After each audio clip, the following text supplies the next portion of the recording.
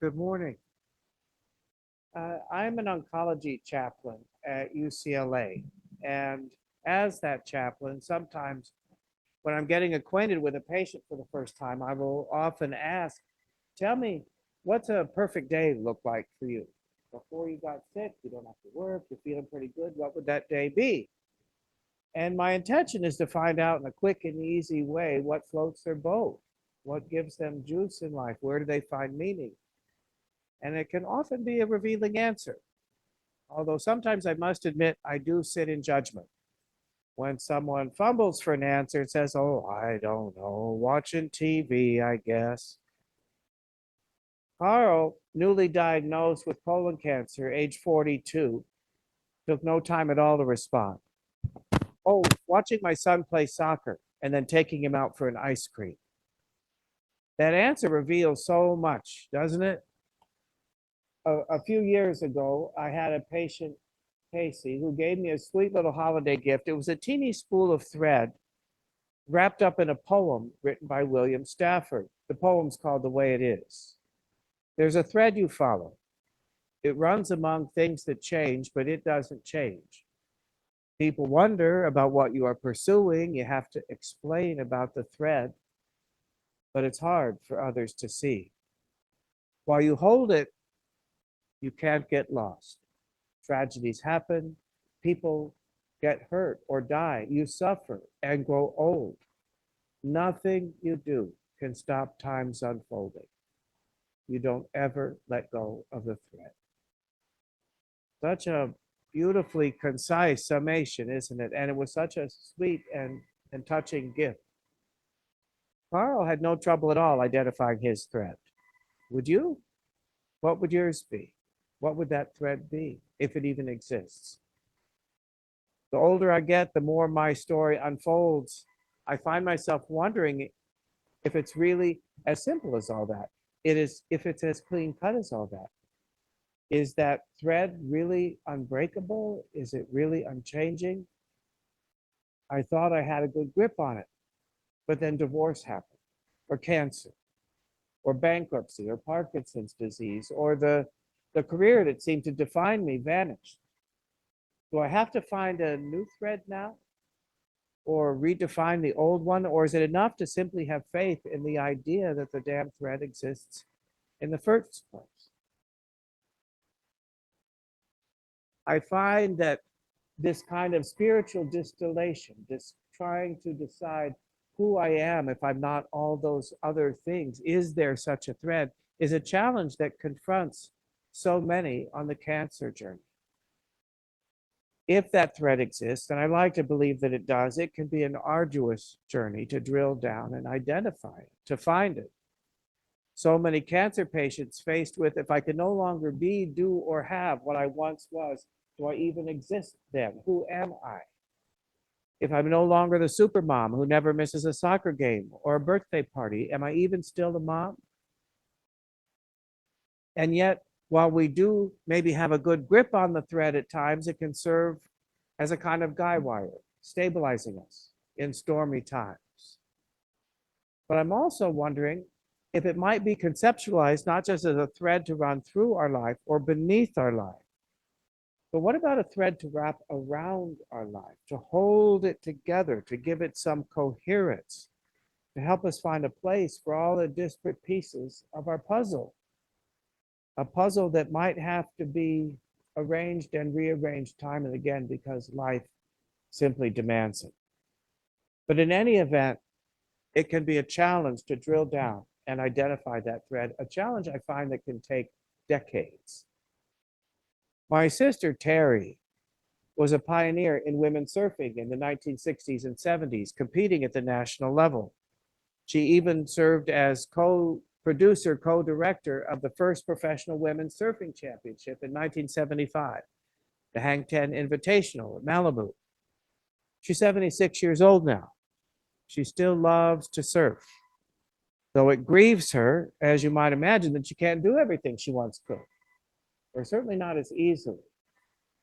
She told me that not long ago she bumped into an old surfing chum from back in the day at the beach, and they were bemoaning this particular state of affairs. And he said, Terry, you know what I came to realize? It was always just about getting wet.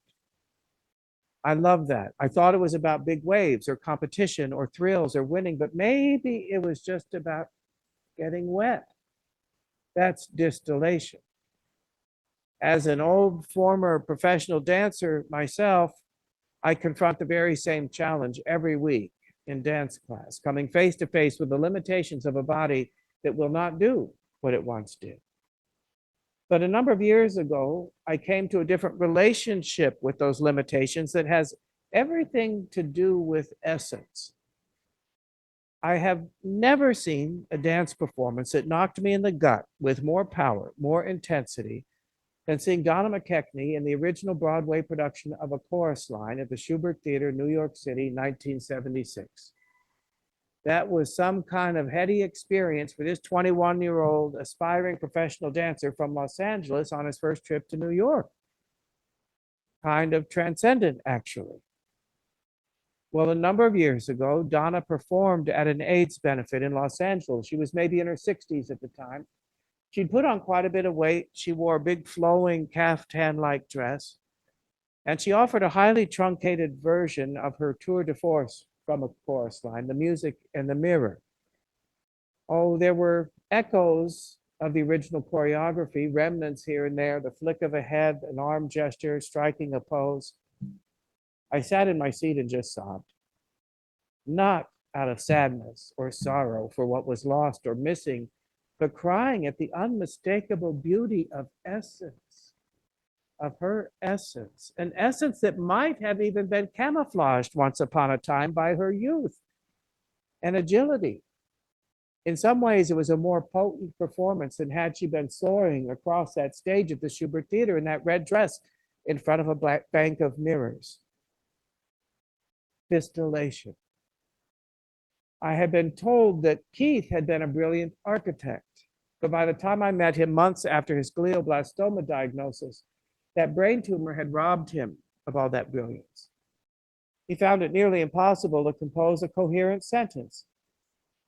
And yet he still loved to spend time with me every week. We would meet for an hour.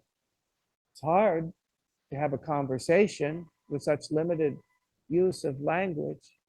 But there was one sentence he used quite readily and often and easily. I'm sorry. I'm sorry. I'm sorry. As if his whole essence had been distilled down to a sense of apology for not being who he once was, for not being able to communicate clearly. I finally had to say, Keith, one rule in here, no more I'm sorry. We can spend this hour any way you like. We can sit in silence. We can meditate. We can cry. We can hum a song. We can hold hands and just look at each other. We can try to talk, but no, I'm sorry. This has to be one place where you don't feel like you're letting one other person down. Certainly not me. I never got to know him in the context of his brilliance, and yet I kind of fell in love with the guy, with the sweetness of his smile, his gentle heart, his tender spirit. Distillation. While it can indeed be a challenge to drill down and identify that thread, finding a way for it to wrap around our story is another matter altogether, particularly when we have endured some kind of challenge, loss, or catastrophe in our lives. Such losses often demand that we let go of so much, most particularly our expectations of how we thought life should be, could be, wanted it to be, hoped it would be, needed it to be. Sometimes we even have to let go of hope altogether. At least sometimes hope that things will get better. In some situations, they won't get better. Guaranteed to get worse. Is it still possible to find a way to wrap that thread around our life, to hold it together, at least enough to give us what we need to take the next few steps that life demands of us? 2 years ago, last month, I got to take a wonderful 2-week solo journey to Turkey. And there I got a vivid reminder of something I've long known to be true. There's the thing And there's our experience of the thing, and they're not the same thing. Ask anyone, and they will tell you one of the primo sights to see in all of Turkey is the Blue Mosque in Istanbul.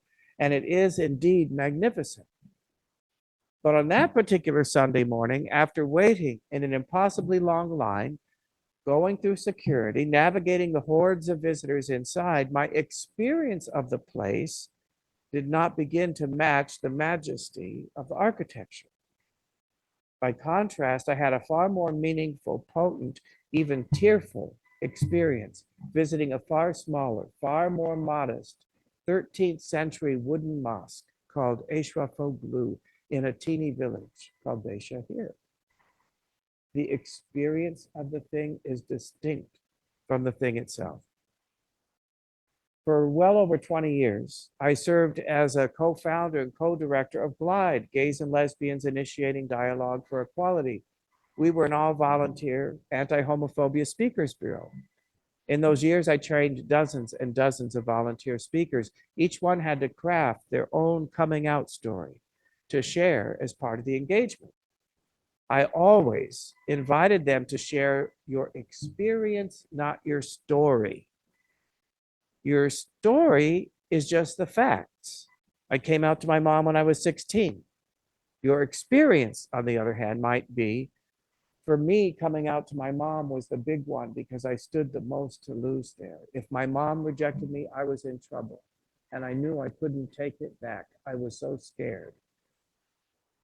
Following that through line of our experience of our own story might just lead us to our thread, no matter how we define or interpret that story. And that's the thing, our story is always open for interpretation and reinterpretation. Esther was a brilliant woman, an art historian, a scholar, a professor, a curator. I met her for the first time on her first day of chemotherapy being treated for ovarian cancer. After I visited with her for a while, I was so captivated, I was ready to quit my job then and there just to go back to school and study German Expressionism under Esther. Her passion was that infectious. Well, after decades of research and scholarship, she was offered the chance of a lifetime, a dream come true for her. She was invited to curate a major retrospective exhibition of the German master expressionist painter Max Beckmann at a world-class museum, something she had only dreamt of. But the thing is, these things need to be planned years in advance. Could she make that commitment now, given her diagnosis, given her treatment plan? She wrestled with questions, as you might imagine, but Michael, maybe I need to say yes, and maybe that's just the affirmation my body needs to heal and fight this. What do you think? Sadly, her disease progressed at such a rate she had to decline the invitation. We wandered together through the rubble of her loss and disappointment, looking at what was the essence of what was really lost, and was it lost? Was the essence really about the exhibit? Was it about the recognition? Was it about the world-class museum? Was it even about the art?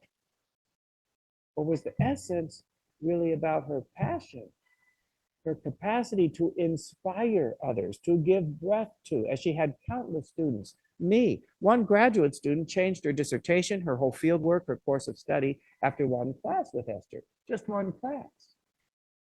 What if that capacity to inspire was her version of getting wet? What if that passion was the thread that could wrap around her whole story, hold it together, and let it make sense, as tragic as it was? A couple years ago, I came upon an essay in The Atlantic in which the essayist drew a distinction between obituary virtues and eulogy virtues. Obituaries, when you think about it, often read like a resume. Just the boxes checked. He was born here, went to school there, married this person, had these kids, worked here, won these awards, loved to play golf, and then he died. Eulogies, on the other hand, often reveal a far more nuanced version, a succinct version of who that person really was. He was a guy who always made me laugh. He was the one who showed up to help you move without being asked, or to paint your living room. Through one lens, obituaries might be the story of our life, and the eulogy is our response to the story. How did we reinterpret and interpret those facts and translate them into a way of being in the world, a way of engaging with life around us? What do you suppose it would mean if we recalibrated our lives to focus on eulogy virtues rather than obituary virtues? What might that even mean for you? Through one lens, following that thread of eulogy virtues might not only lead us to our thread, but might lead us to the way for that thread to wrap it around, hold it together, give it the coherence for which we long. You know how some people, myself included, God knows, will post a picture or two on social media, Facebook or what have you, of their beloved dog or cat, asking for prayers and blessings because their furry friend is facing some kind of health crisis. Your heart breaks for them. And then a few days or a week, there is that other post with another picture as our friend shares their inconsolable grief over having to say goodbye to their furry life companion. You kind of die a little bit for them. You remember what was your turn at that particular rodeo, or you live in dread of what's coming down the pike for you and your fur baby. And then in a month or 2 or 6, there's another picture, or 12, of the most adorable little puppy or kitten. Meet Oscar, everybody. Have you ever seen anything so precious in your whole life? I'm so in love, I can't stand it. I sometimes wonder if the specificity of that puppy or kitten matters at all. What matters is this deeper love, this longing that needs to be given away. And this is the little guy who showed up.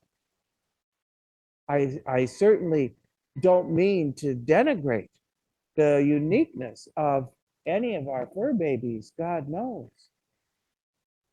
But this bigger love that needs to be given away, I think, and this is just a little guy who happened to show up, so we're just going to love each other forever, and that's it. The uniqueness almost doesn't matter. What matters is that bigger love. And that bigger love is bigger than our love for this beloved old dog or cat. It's bigger than our love for this kitten or puppy. It's bigger than all of us. That bigger love might be the very thing that's at the end of all of our threads. The sweet, uncomplicated, uncompromising love I felt from my grandmother, and it certainly points me in a direction of my thread if it isn't the thread itself. She's been dead for over 35 years. And yet it's her voice I hear in my head, I carry in my heart. She had a hard life, grew up in a very poor, large Italian Catholic family, 10 brothers and sisters, beaten regularly by her father. In fact, after one beating, she told me, in which he broke a shovel across her back, she'd had enough. And at night she ran away into the arms of the young man who would become my grandfather for no other reason than he was there. If that shovel hadn't broken, I may not be here. He was 15 years old. Sadly, that marriage didn't last too long, but it brought 3 kids into the world. And to my grandmother's credit, she never stopped looking for love, and she gave it away in abundance to her kids, her grandkids, her great-grandkids, her friends, neighbors, anybody who needed it. My mom and I used to reminisce about my grandma when we would, with a chuckle, when we talk about sharing a loss or tragedy with grandma. And she'd listen so tenderly, and then the most she would say sometimes is, well, keep your chin up, dearie. Said with all the love she could muster. It wasn't nearly as flip or as glib as it sounds. And it actually, I think, reflects a kind of hard-won wisdom that she would have been hard-pressed to articulate, but a wisdom that would say, I know there's nothing I can do or say to make this any better, so I'm not going to insult you by pretending there is and saying it. I just want you to know I love you so much I don't want you to hurt. I want you to be happy. So the best I got is keep your chin up, dearie. I think that speaks to the bigger love. Sometimes patients will ask me for a prayer or blessing after a visit, and I will often include this. May we keep our hearts and eyes open to recognize blessings that we don't know we're looking for. May that be so. I don't know though. But in the meanwhile, keep your chin up here. So be it. Thank you.